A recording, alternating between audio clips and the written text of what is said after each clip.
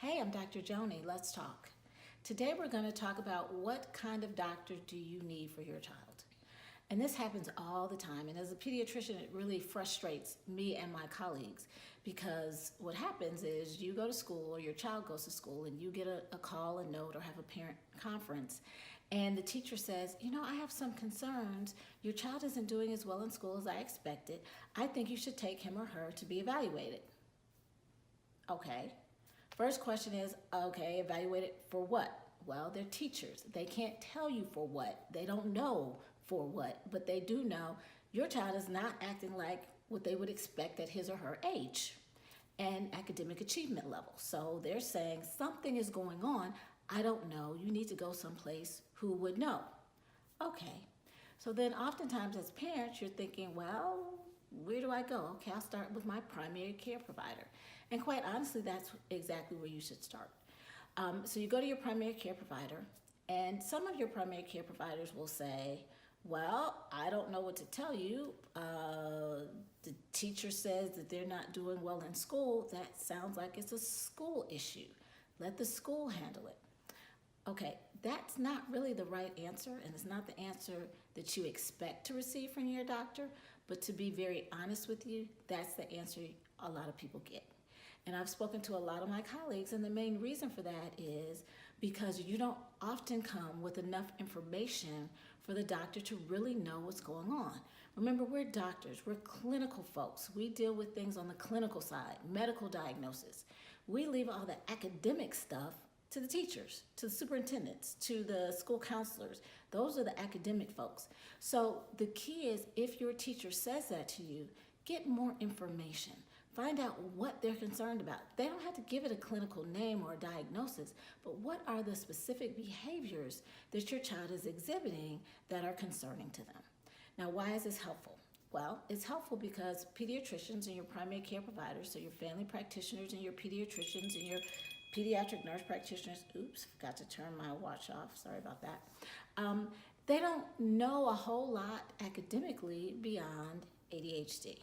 So if you come back and the teacher has said, well, he or she can't focus, they have a difficult time sitting in their seat, they have difficulty getting started on tasks, they don't complete their work, they'll do homework and say they did it, but they won't turn it in. These are all signs of ADHD. So if you take that information to your primary care provider, they're going to have a little bit more to go off of. What they can do at that point is they'll do an ADHD evaluation. Here's what I'll tell you about that though. 20% of people with ADHD just have ADHD. So in 20% of the cases where the teacher says, get your child evaluated, the story will end there.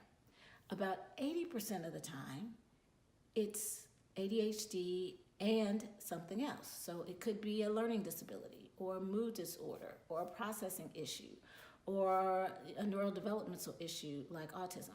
So your primary care provider can do the ADHD piece, but what if there's something else going on?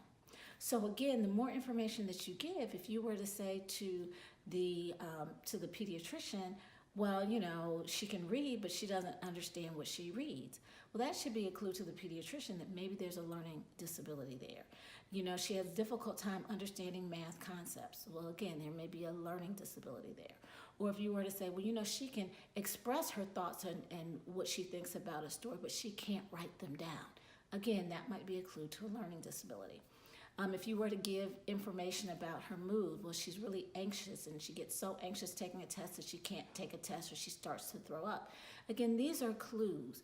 And with those clues, your pediatrician or your primary care provider will be able to give appropriate referrals. So for example, if your teacher were to say, well, I think academically she can handle the workload and she gets a little frustrated and she loses focus, but what I see most is she gets really anxious and really nervous and frustrated and shuts down.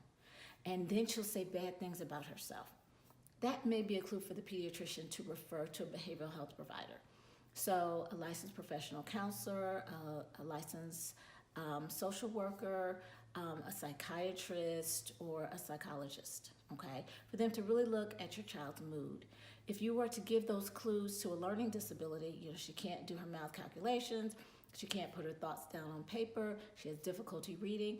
That will be a clue to your pediatrician that maybe we need to do some cognitive or achievement testing. So again, we might refer to a psychologist for that.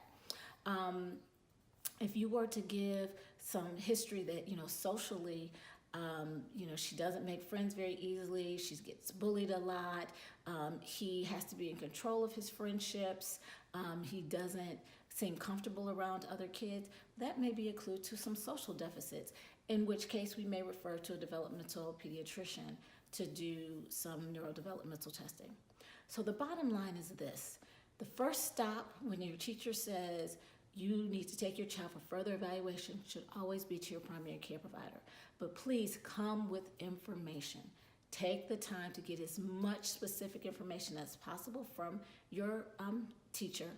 And then you need to think about what's homework like, what is a home environment like, and write all that down. As much information as you can give, the better opportunity we as primary care providers will have to make the right decisions when we talk about referring your child for further evaluation. If you have more questions on this topic, hit the Contact Me portion of this app and shoot me a specific question, and I'll get back to you in about a month. Let's talk soon.